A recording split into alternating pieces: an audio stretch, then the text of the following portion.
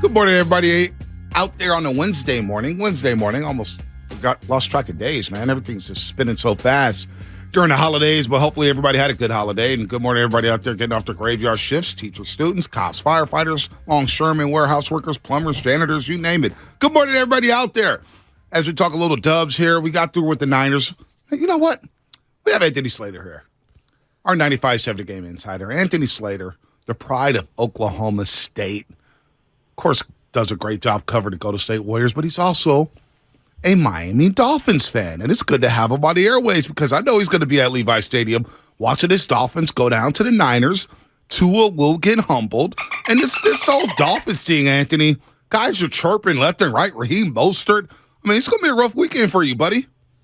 Radio hosts seem to be chirping these days. We are chirping big. Yeah. Sending apology letters and everything.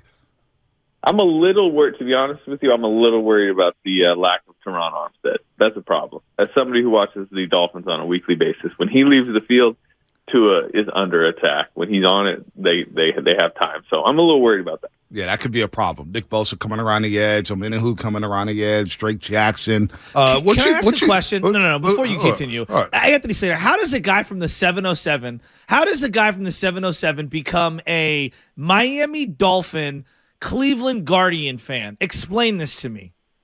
Well, you make strange decisions when you're young. I liked sports movies. What are two of the that makes best sense. Sports movies when we around Ace our Ventura. time? Yeah, and Major League. That makes sense. Okay, now that makes sense. And Major League was on a couple weeks ago on Paramount. Now, the first time I've watched it from the beginning, it's incredible. It's a great movie. I don't think they can make it today. Yeah, well, Major League 2 I like. I feel like it's underrated. It is. Major League 2 is good. It's a little dynasty. It's not easy to replace Wesley Snipes, but Omar Epps didn't do a bad job. That was the weirdest part. They didn't even acknowledge that. You could have just said you traded for a different center fielder. Yeah, it was still good. Yeah, it was still different. So you're a Dolphins fan, and Tyreek Hill and Jalen Waddle coming to town. Are you going to do the Waddle dance if Waddle scores? That's what I want to see. We need video of Anthony Slater possibly doing the Waddle dance. No, I mean, maybe I'll take some video of Dolphins fans around me. I actually went to the game in Detroit this year because the Warriors played the Pistons at night in Detroit, and Ford Field's right next door. It was just great timing, and there were Dolphin fans everywhere. And they were waddling because Waddle scored 2 TDs in that game. Me, I did not do that. Oh, come on, Slates. You got to waddle, man. Well, were you waddling last night as Steph Curry was getting called for a travel late in the game? That felt like I didn't see the internet reaction because I've been trying to lay off the internet, but it felt like, and I saw it in your article this morning when I was reading it, it felt like a big hoopla for a lot of people. I think it takes away from some of the inconsistencies of closing games out for the Warriors, but where were you at on the travel call on Steph Curry? I kind of thought it was a travel. I mean, I don't know. He took the step back to his left foot, which seems to establish the pivot foot. Then, he's pump faking the bigs in the air. And, like you said, I put it in the article. He did it twice and got called twice. Yes. And then he moves the left foot and suddenly his right foot's the pivot foot. You don't see that get called all the time. The Kings, when they were in Miami, Tyler Hero did the same thing, didn't get called. Oh, yeah. To win the game. Yeah. Same thing, didn't get called. And then the last 2-minute report came out and they're like, hey, we missed that. Mike Brown went crazy about it. So I don't know what you guys thought. I just thought it was a travel. And it was clearly an emphasis, 10 travels yesterday. Yeah, and that's what I thought, Anthony. I thought in that basketball game last night, I thought it was appropriate to call that travel. Now, Mully didn't think it was a travel. He thought he kept the pivot foot. Darrell and Festus thought it was a travel. I was on the fence about it, but with the way that game was played out and the way they called the travel in that game, I said, that's a travel. You got to be consistent with the call. And the way that game was called, I thought it was a travel. And I couldn't differentiate whether it was a jump stop. Like in real time, it looked like a jump stop to me as opposed to a pivot to the left foot. I don't know. It's so quick. It's so bang, bang. But to your point, they were calling it all night. Yeah, I mean, he same thing. End of the third quarter, tried to go for a 2-for-1, did it. So that's a possibility, number one. 2, and I'll give Curry credit, second time this season, but he blamed himself for his own choice post-game. Not he didn't necessarily agree with the travel, but he's should have gone to the rim. I mean, if you really look at the play, he has Maxi Kleba lost on a crossover. The lane's wide open. I mean, obviously help is coming, but you can maybe go to the rim, try to score over Luka or hit Clay or Wiggins in the corner, whoever it was. It wasn't a good decision, and that's what's weird. That's a little bit what I wrote about, but this team's 11-11. You could pick 3 to 4 road games that like they normally close. Like they should be 14-8 just based off, finish the Charlotte game. You're up 4 in the last minute. Beat Orlando. I mean, you got beat by Jalen Suggs down the stretch in Orlando. And then last night, I mean, you win those 3 games. Regardless of everything else that's gone on, you're 14-8 instead of 11-11. Heck, even the Miami game where you scored 2 points in the last 5:03 down in South Beach. Anthony Slater here on 95.7 The Game, our 95.7 The Game insider. I got the general sense, and the feeling that I had after the game was that it's not necessarily a moral victory, but they are feeling better about themselves to go to State Warriors. Obviously, a 3-7 start, a slow start, but they're now 11-11. And the development of the second unit, more specifically, Jonathan Kuminga, has a lot of people feeling good. Steve Kerr mentioned it was his best game you've ever seen from J.K. I like what I saw from J.K. What did you think about his performance last night against the Dallas Mavericks? Yeah, it was really good. I mean, one of the better games of his career. I loved what he did defensively, right? They put him in the game. First thing he does, he's picking up Luka full court. And, I think they've learned a little bit with Kuminga that if they give him that type of assignment early, like, they're probably telling him, I assume in film pregame, like, hey, like, we're going to have you guard Luka full court when you get in the game. Like, that's got to perk his ears a little bit, right? So that seemed to activate him, and he was just good, I thought, against Luka. It's the type of guy you want him defending, the bigger guard who's not that quick, but usually beats defenders with his strength. You can't really beat Kuminga with strength. So that was a good showing. Came weak side for a shot block. I think he finished with 10 rebounds, good rebounds too, one-handed ones in traffic.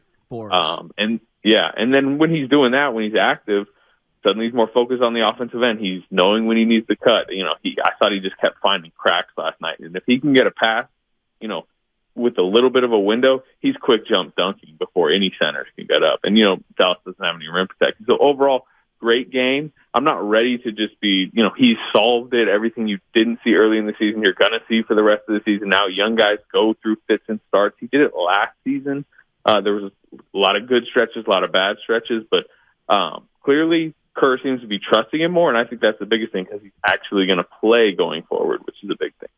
Yeah, it feels like, he's found his spot in terms of the glue portions of the game. You're referencing, obviously, the defensive rebounds. Those were fantastic, not leaving his feet on defense. Amazing. Offensively, he passed up a couple of shots that I think normally earlier in the year he's chucking, and then he set an off-ball screen and an on-ball screen. It just, I know it's one game. You got to do it for multiple weeks at a time. It just felt like he started to figure out, like, if I do a lot of the dirty things, the glue things, I'm going to stay on the floor more. Yeah, it's interesting. Do you guys remember the game in Chicago last season? He had just had a really bad game in the G League where he was like unattentive, like didn't even want to be there. And they kind of criticized him for it. And then he came back, played good in a blowout loss in Milwaukee, like in garbage time. And then they let him in Chicago. And this is when the Bulls were playing really well. The Warriors were not like they were underdogs in the game. And they blew the Bulls out. And he had like 20 and 10. He played basically the same type of game you saw last night. And it was like a TNT big game. And then after the game, he was the story. And all Kerr wanted to talk about was like, we told him, just run the floor as hard as you can. You have to do that and like play like Sean Marion. And for a couple weeks in a row, he kind of did do that. But then he kind of lost his way again. He started shooting the threes. It's just, I don't know. I mean, it's like, I don't think he has, and I've never thought he has a mindset of like, I don't want to do those type of things on the basketball court. He just never has had to do them in his life. And it's just, I think it's hard to just, consistently do the glue stuff when all of your habits tell you like, all right, now I'm going to do the star wing stuff. All right, now I want to shot. So we'll see. It's he's in year 2. Maybe eventually it catches on a more regular basis. But what you see last night is like, man, from a Warriors perspective, you better figure him out because you do not have that type of talent elsewhere in your cupboard right now. Right. Athleticism. And I pulled up that box score from last year. JK, 26 minutes, 10 of 12, 25 points, Shasky, 3 rebounds, 3 assists, 3 blocks, shots. How about Bielitsa in that game, too? 6 points, 11 rebounds, 7 assists. Warriors scored 78 in the first half of that game against the Bulls. Great memory, great recall, Anthony. Yeah. Hey, I had to pull that up because I remember the game Friday night in Chicago. I remember that. Yes, Anthony Slater here on the Morning Roast on 95.7 The Game. Jordan Poole and walking. Jordan Poole season high, tied a season high with 9 assists, but the jumper hasn't been consistent. It feels like at times, Anthony, he's just moving way too fast, and he's unsure of himself. Is there any concern in that locker room about Jordan Poole in his shot right now? He's shooting 31% from the three-point line. Yeah, I mean, but to me, he works really hard, and like you always see him post-practice, sometimes even after games, before games, like, going through really a Steph Curry-like shooting routine. I mean, he's very diligent about it. Like, it's not a guy where there's concern, like, oh, he won't find his shot. He's not even, trying to. Like, he's obsessively attempting to correct it.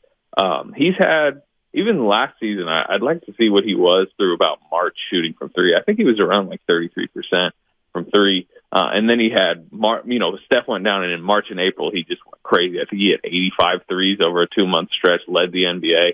And just a little bit like Clay just did. Clay was like, 32%, like, 10 days ago from three. Now he's like 40%. I'm not saying Poole has that type of stretch coming, but he might. He kind of has shown he, has a little bit of those like Lillard, Clay type, 3-week stretches where he can go crazy from three. Maybe he finds it. He does seem to be a little in his head. To me, that's the last problem the Warriors kind of need to get solved. Clay, I know Clay had a bad game last night, but generally Clay is, kind of busted out of his slump. The second unit, they found a rotation. They got to figure out Poole. I think he's playing well within that unit. I think putting Draymond with him will, over the long term, help him.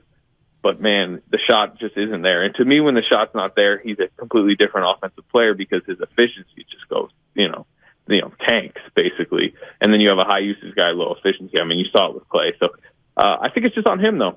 Just get your shot in a better place and make more of them. A lot of them are open. Right. Open corner three late last night. Got to hit that one. He had a dribble handoff up top, wide open. Like, last March, last April, really last playoffs, he's hitting that shot. He's just not hitting it right now. Before we get on out of here with you, Anthony, I'm just curious on the referees in general. Bonte and I were having this discussion, and it felt like the audience was really engaged in it, just about refereeing in the NBA in general. Obviously, the travel call, throw that to the side. I'm watching the game last night. Luka is fantastic. He's an unbelievable player, but it's hard for me, and I know Draymond's guilty of this as well, but it's hard for me to watch a Luka game because everything's about foul hunting and getting momentum and complaining to the officials on both ends of the floor the entire game. It's exhausting. I simultaneously recognize that the officials aren't very good right now, and they're very inconsistent. Is there a problem for the NBA with officials right now and their star players and just in general the consistency going on? Yeah, I mean, when you talk to people in the league, they're pretty critical of like the newer wave of referees. They kind of feel like they're more like by the book, and the book is often changing with different rules, and they're more, they have less of a feel for the game than they historically did back in the Joey Crawford era. The Warriors got Zach Zarba recently. He's kind of considered like the pinnacle of referees. They can get more of like the Zach Zarbas. I think it's a problem that is like a common topic, just kind of behind the scenes in the league. But also, to be honest, I mean, the way I've always viewed it, I used to, in Oklahoma City, they put the beat writers courtside. So for the first 4 years I covered the league, I sat like straight up, like right on the court. And to be really like almost within the action, I learned very early on how insanely difficult their jobs are. It's just like 10 athletes just clashing at full speed. Both teams, particularly when it's star matchup versus star matchup, are yelling at you about every call. And then they go over to the scorer's table sometimes because they're trying to figure it out, within each other, while the crowd is just raining down on them, and you have both sides are just yelling in your ear. And like when you actually hear some of the stuff that's just like being said to them while they're trying to figure out these decisions in real time, like it is just really hard. So I can understand why there aren't that many humans in the world that like are capable of doing it that well. But the problem is that I think is the problem. There's just not that many humans that are that good at the job. All right, Anthony, we'll see you Sunday at Levi Stadium. 30% chance of rain. 30% chance of rain Sunday. Don't like that. Don't like Tua in the cold. Don't like Tua in the rain. I like him in that, like Miami, 80% humidity. That's why the Dolphins need to win. They need a home playoff. Yeah, they do. You're preaching here. I don't want to see you guys in Cincinnati, in Baltimore, in Buffalo in January. They're going to be in Buffalo later on this season, a couple of weeks, I think, on the Saturday night in Buffalo. Then, of course, we'll see you Friday, Chase. A secret on that one? What's that? I don't know that it's for sure yet, but the Warriors play Friday in Philly. And Sunday in Toronto, and I think that game is going to be a Saturday game in Buffalo. Yeah, it is a Saturday game. Yeah, You know what's between Philly and Toronto, right? Oh, yeah, Buffalo. Buffalo, New York. You doing a swan dive onto a folding table? That's what I'm anticipating with Bill's Mafia. Is that the secret? That is more likely than me doing the waddle, to be honest. Oh, my God. Orchard Park at night in December. Ooh, bundle up, Slater. Yeah, seriously. Bundle up with that Dolphins gear. What Dolphins jersey do you rock? Do you rock a Dolphins jersey? Is Chris it a shirt? Chambers. Is it a jacket? It's a Chris Chambers. Chris Chambers. So, actually, I do have a Chris Chambers jersey from back in the day. That's funny. I usually just wear like a sweatshirt or something, but I do have a Ricky Williams jersey. Oh, I'm not mad at that. I'm not That's either. the best one. I'm not mad at that. I I'm like not mad that. at that. I do like the Dolphins, man. They got some cool jerseys, man. You cool strike uniforms. me more as a Zach Thomas guy. But anyway, Slater, have a great one. All right, fellas. All right, Slater. Anthony Slater here on 95.7 The Game. Always fun with him. Definitely on the beat, man. Doing a great job there.